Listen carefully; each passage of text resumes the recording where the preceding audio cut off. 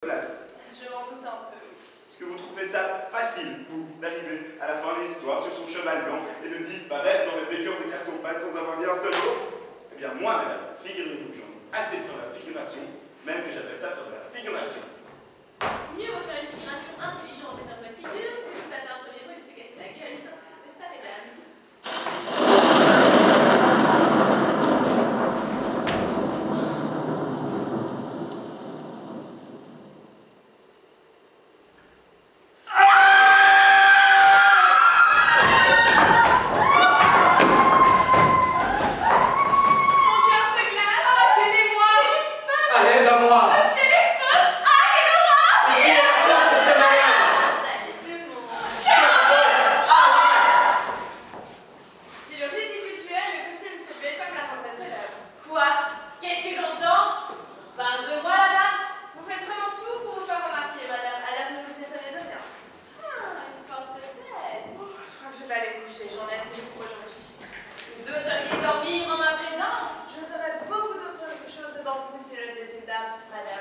Vous n'avez pas peur de moi? Mais si, ça peut faire plaisir. Attention, j'ai le bras long et nu, ce qui n'est pas de très bon goût. Elle aussi, déguisée du corps, c'est pour la même raison que moi. Si je savais pourquoi tu le déguisais, je pourrais te répondre. Tu l'as vu? Tuer? Qui parle de tuer? Qui ose parler de tuer en ma présence? C'est elle. Sachez, enfant ignare et tremblotant, qu'on ne parle jamais de tuer devant Carabosse. Tuer est mon héritage. Meurtre est ma propriété. Je porte l'assassinat dans mon corsage et le carnage en écrète. Bellement fait. J'ai un manteau obligé de génocide et d'anthérapie profonde. 13 peuples hurlent encore de douleur. Édifiant vraiment. Des nuées d'enfants sont morts par ma main et des vivants maîtres, je supplie à genoux de pratiquer sur eux l'euthanasie délivrante, épuisés qu'ils sont par la souffrance et les privations. J'ai un manteau piqué de génocide. Vous l'avez déjà dit, je crois. Et je suis tellement méchante que chaque année au congrès des filles, tout le monde vote pour moi. Je suis élue reine chaque printemps et je n'ai jamais posé ma candidature. Je sème la terreur et j'en récolte les ronces.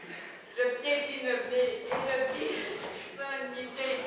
Je suis l'ivrée fatale et fatidique qui étouffe la fleur et qui la bouge.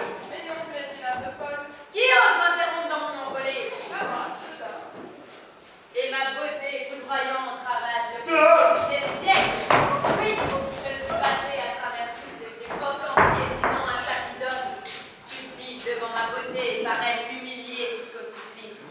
Et je condamne des victimes dans l'avenir. Oui, dans l'avenir.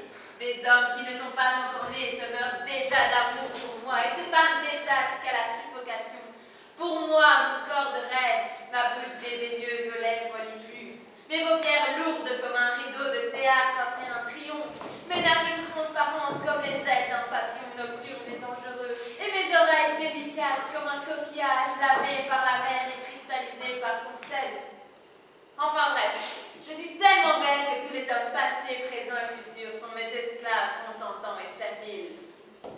Ma beauté est telle que même sous ce déguisement futuriste et ridicule, je pourrais faire tourner la tête de n'importe quel mâle digne de ce nom. Tout à coup, je ne me sens plus très digne.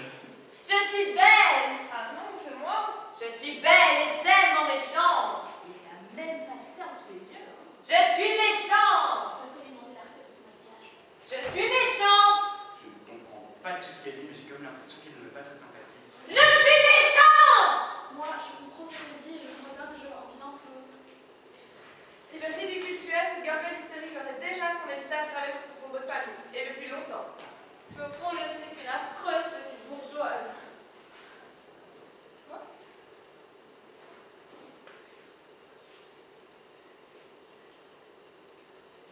Moi, je la comprends. Je ne comprends plus trop. Je vous comprends, madame, de détester ainsi la chambre masculine. Moi, par exemple... Mais non, tu ne comprends donc pas, enfant stupide et laid, que tout cela est faux! Quoi? Tu ne comprends donc pas que tout ce fatras de cris stridents sous cette arme vengeresse, ce fleuve de l'art colérique, se cache. La rosée matinale, la brise légère, le souffle printanier, la fleur délicate d'un cœur rempli d'amour. Oui,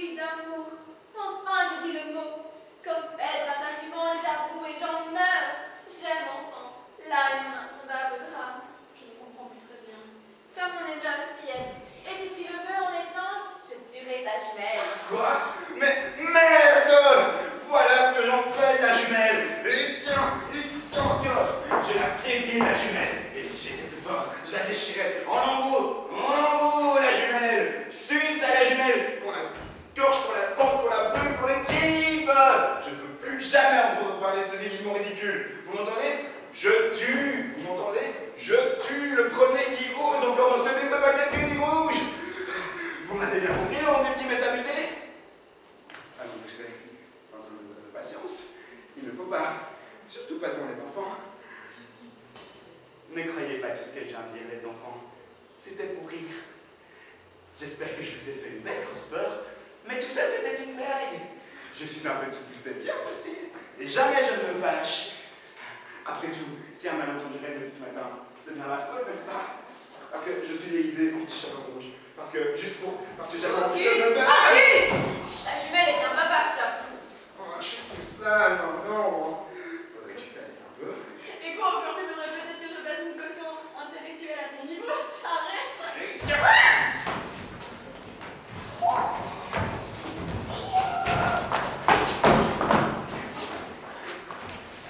Que madame me pardonne. Éloigne-toi, pauvre! Mais madame, Je t'ai déjà dit de disparaître de ma vue, à jamais, cruelle! Ils se connaissent? Vous connaissez? Quoi? Ils se connaissent? Ils se connaissent? Tiens, enfant, éloignons-nous dignement.